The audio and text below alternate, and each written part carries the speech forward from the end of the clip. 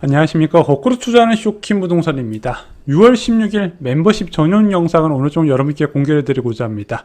이때 다뤘던 내용은 두 가지입니다. 부동산으로 성공하는 데 필요한 두 가지, 그리고 지금 여러분들이 없으면 안 되는 것. 자, 오늘 내용 정말로 중요합니다. 영상 시청 전에 구독과 알람 설정으로 다른 인생을 만드시기 바랍니다. 6월 29일 멤버십 영상에서요, 서울대 벤처타운역 프로지오 입주자 모집 공고가 나온 것을 분석하는 시간을 가졌습니다. 실수요자, 투자자 입장에서 과연 관심을 가질 만한 것인지 정리를 드렸고요. 그리고 7억에서 11억 사이에 서울 유망 재건축 단지를 4곳을 추천드렸습니다. 지금 투자나 내 집 마련 목적으로 집을 알아보신 분들께 큰 도움이 되실 거라 생각합니다. 정말 비전이 있는 곳이죠. 자, 부동산 투자로 성공하기 위해 필요한 것은 저는 두 가지가 있다고 생각합니다. 첫 번째는 타이밍을 잘 계산해야 되고, 두 번째는 용기가 있어야 된다고 생각을 합니다. 2020년 코로나19 이후 발생한 부동산 급등장에서 호재 유무와 상관없이 모든 아파트가 다 올랐습니다. 인구 밀집 지역이라면 하나 너나 할 것 없이 모두 급등을 해버렸죠.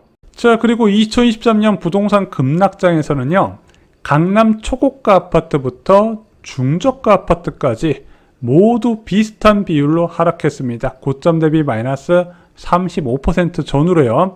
서초구에 있든 강남구에 있든 지방에 있든 모두 이런 비율로 급락을 했다는 거 여러분들도 잘 아실 겁니다.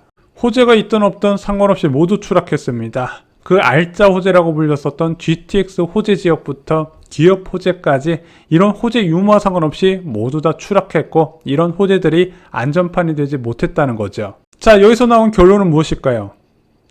가격대에 상관없고 호재 유무에 상관없더라. 결국에는 부동산은 타이밍이라는 거죠. 자, 그래서 아무리 유명한 부동산 전문가한테 비싼 강의를 들어도 결국 하락장에선 아무런 힘을 못 쓴다는 거죠. 오를 때는 결국 다 같이 오르고 떨어질 때는 다 같이 떨어지는 게 부동산 시장이더라. 결국에는 타이밍에 따라서 천국이 될 수 있고 지옥이 될 수 있다는 겁니다. 자, 그래서 부동산 매매를 고려할 때 가장 중요한 것은 현재 금리 수준입니다. 자, 지금 2008년 12월 이후에 가장 높은 상태죠. 그리고 이렇게 높은 금리에서 앞으로 어떻게 될 것인가 찾아봐야 되는데, 늦어도 내년 1분기에는 인하가 시작될 거라는 전망이 굉장히 강합니다. 자, 그러면은 지금 부동산을 매수할 때 좋은 타이밍이냐 안 좋은 타이밍이냐 예상할 때 저의 기준을 때는 좋은 타이밍이라고 본다는 거죠. 자, 이번 1분기에 내 집 마련을 한 분들은요, 자, 금리 기준으로 보면 10년에 한 번 올까 말까 한 기회를 잡은 겁니다. 거의 15년 만에 가장 높은 수준의 금리가 됐죠. 실제 금리는 이거보다 훨씬 높았어요. 왜? 레고랜드발 유동성 위기 상황으로 원래 이때 예금금리가 3.89가 나와야 되는데, 이제 올해 1월 달에 예금금리가 5%까지 올라갔잖아요. 그래서 최고의 타이밍을 잘 잡은 것이다. 문제는 올해 1분기 때 최고의 기회가 왔지만 모든 무주택자가 잡았냐? 그건 아니라는 거죠. 용기의 차이가 여기서 나타납니다. 자금도 준비됐고 충분한 지식도 있었습니다. 마침 전세 만기도 됐어요. 자, 조건이 완벽하죠. 매수 버튼만 누르면 됩니다. 그런데 누군가는 못 눌렀고요. 누군가는 2번이나 눌렀습니다. 기존 주택을 이번에 1월 달에 매수한 상태에서 추가로 철산자이나 둔촌주공의 분양권까지 취득을 했다는 거죠. 그런 분들 멤버십 회원분 중에서 굉장히 많습니다. 자, 솔직히 제 의견을 말씀드리면 올해 1월부터 3월까지 솔직히 주택 매수하기 쉽지 않았어요. 고민할 수 있었습니다. 자, 근데 4월 달에서 5월 달에 내가 내 집 마련하기로 마음을 먹었다면 늦어도 이때는 매수를 했었어야 됩니다. 그리고 지금은 대출을 갚고 있어야 돼요. 여러분들 아파트 한 채 산다고 큰일 안 납니다. 내 집이 필요해서 사는 것이고요. 투자자는 여윳돈을 활용하기 위해서 사는 겁니다. 자본금과 소득을 고려해서 매수하는 것은 문제가 되지 않는다는 거죠. 너무 신중하게 접근 안 하셔도 된다는 뜻입니다. 올해가 끝나면요, 두 부류로 나눠질 겁니다. 전세를 연장한 사람 또는 투자를 하지 않고 저축을 한 사람과 대출을 받아서 아파트를 매수한 사람. 지금은 차이를 몰라요. 이 선택이 얼마나 극단적인 차이를 부를지. 왜냐면 지금 금리 수준이 높잖아요. 코로나19 이후에 소득과 물가가 크게 올랐습니다. 지금 부동산 시장에서 이런 것이 체감이 덜 되는 이유는 금리도 같이 올라갔다는 거예요. 금리가 올라갔다는 건 돈의 가치가 올라갔다는 거고, 목돈을 갖고 있는 이제 무주택자 입장에서는 그에 대한 가치를 보상받고 있기 때문입니다. 하지만 높아진 소득과 물가는 그대로 유지돼요. 더 올라갈 일만 있지 낮아지지는 않는단 말입니다. 하지만 금리는 낮아지게 돼 있다는 거예요. 그러면은 지금의 목돈의 가치가 인정을 받지만 앞으로는 그렇지 않을 가능성이 있다는 거죠. 그래서 지금은 이렇게 금리가 낮아질 때 돈의 가치가 낮아질 때를 고려해서 자산을 매입을 해야 된다는 겁니다. 자, 물론 힘들어요. 소득이 500만 원입니다. 한 달에 이번에 집 사면 대출을 200만 원 갚아야 돼요. 그리고 이거를 40년 동안 갚아야 한대요. 앞으로 내가 15년이나 일할 수 있을까요? 이런 하소연 할 수 있죠.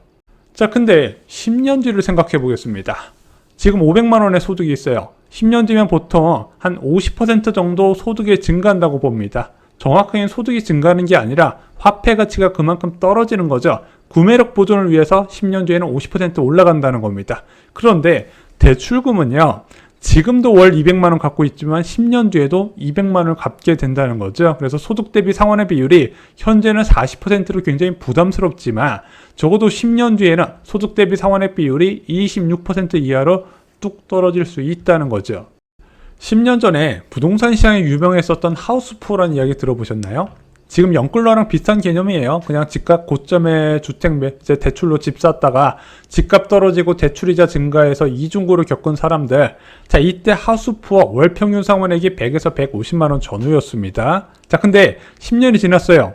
이때 집 산 사람 그 누구도 이자를 부담스러워하지 않는다는 거죠. 일단은 소득이 많이 증가하면서 소득 대비 대출 상환의 비용이 크게 줄어들었을 뿐만 아니라 사람들이 대출을 받으면 각성을 하게 돼 있거든요.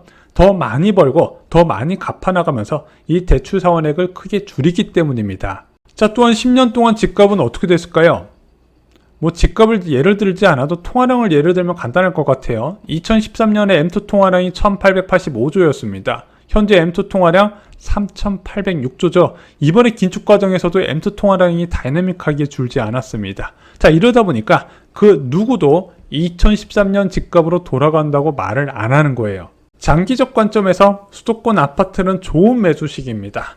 10년에 한 번 오기 힘든 좋은 기회에, 자, 대한민국 성장률이 계속 낮아지고 있는데 2008년 이후에 가장 높은 수준의 기준금리가 됐어요. 쉽게 오지 않은 상황이라는 겁니다. 그게 지금 펼쳐지고 있는데 이게 영원할 거라고 믿으면 안 된다는 거예요. 또 하나, 수도권 아파트는요, 누구나 가지고 싶어 해서 황금성이 좋아요. 자, 그러면 내 집 마련 희망자 투자자한테 이보다 더 좋은 기회가 있을까요? 저는 없다고 보는 거죠. 자, 이때 필요한 것은 용기입니다. 자, 많은 사람들이 매수 버튼을 못 누르는 거예요. 자, 대출 받으면 정말 힘든 거 맞습니다. 자, 힘든 건 맞는데 그렇게 정신 차리고 각성한 상태에서 한 2, 3년 정도 살아보시기 바랍니다. 자, 제가 왜 이런 말씀을 드리냐. 지금 대출이 없다면요, 금리 인하 시기에 반드시 후회하게 될 거란 거죠. 자, 왜 후회하나요? 그냥 내 집에서 잘 살면 되죠. 전세 가격도 같이 올라가요. 매매 가격뿐만 아니라 전세 가격이 같이 올라가면서 무주택자가 벼랑 끝으로 몰리는 구조가 간다는 게 대한민국 아파트의 특이점입니다. 여러분들 2020년, 2021년 다 겪어보셨죠? 부동산으로 성공하기 위해선 두 가지가 필요하다 말씀드렸습니다. 첫 번째는 타이밍 계산을 잘해야 되는데 지금 괜찮은 타이밍이라고 말씀드렸고, 두 번째는 용기입니다. 자, 이 용기는요, 대출을 포함하는 용기까지 포함되는데 지금은 대출을 포함하기 좋은 시기라는 거 잊지 마시기 바랍니다. 이상 영상 마치겠습니다. 좋아요, 구독, 공유 꼭 부탁드립니다. 감사합니다.